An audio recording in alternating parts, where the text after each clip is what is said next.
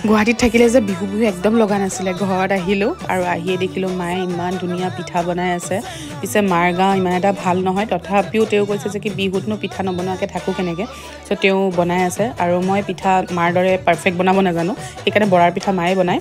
আৰু ইয়াত নাৰিকলৰ পিঠা বনি আছে আৰু লগতে তিলৰ পিঠা হৈ গ'ল হেনো তো মায়ে কৈছে গা ভাল নহয় কাৰণে ফিনিচিং দিব পৰা নাই যেন তেন বনাই থৈছোঁ আৰু অলপ আমিতো মানে বনাবই মানা কৰিছিলোঁ তথাপিও মায়ে বনালে আৰু এয়া হৈ গ'ল নাৰিকলৰ পিঠা আৰু দেখাই আছোঁ এগালো বনাই থৈছে একদম পিছফালে লৈ লৈছে মায়ে তলত লৈ লৈছে মানে ষ্ট'ভটো নমাই তেতিয়া মানে বনাবলৈ সুবিধা হয় কাৰণ এনেকৈ কিচেনত থিয় হৈ ইমান টাইমটো বনাব নোৱাৰে চ' পিছফালে বহি লৈছে এইবোৰ চব নাৰিকল আৰু এইবোৰ তিলৰ হেনো হৈ গ'ল আৰু মাৰ পিছফালে আমাৰ ছোৱালীজনী চাওকচোন একদম কেনেকৈ বহি ৰৈছে কোনোবাই তাইক যদি পিঠা খাবলৈ দিয়ে চ' মই একদম অকণমানি দিলোঁ আৰু তাইক বান্ধি এইটো কাৰণে থৈছোঁ নহ'লে তাই এনেকুৱা দৌৰ মাৰিব নহয় গোটেই ঘৰটো মানে দৌৰ মাৰিব আৰু গৰম গৰম পিঠা খোৱা আমি যে মানে কি ক'ম বহুত বেছি টেষ্টি লাগে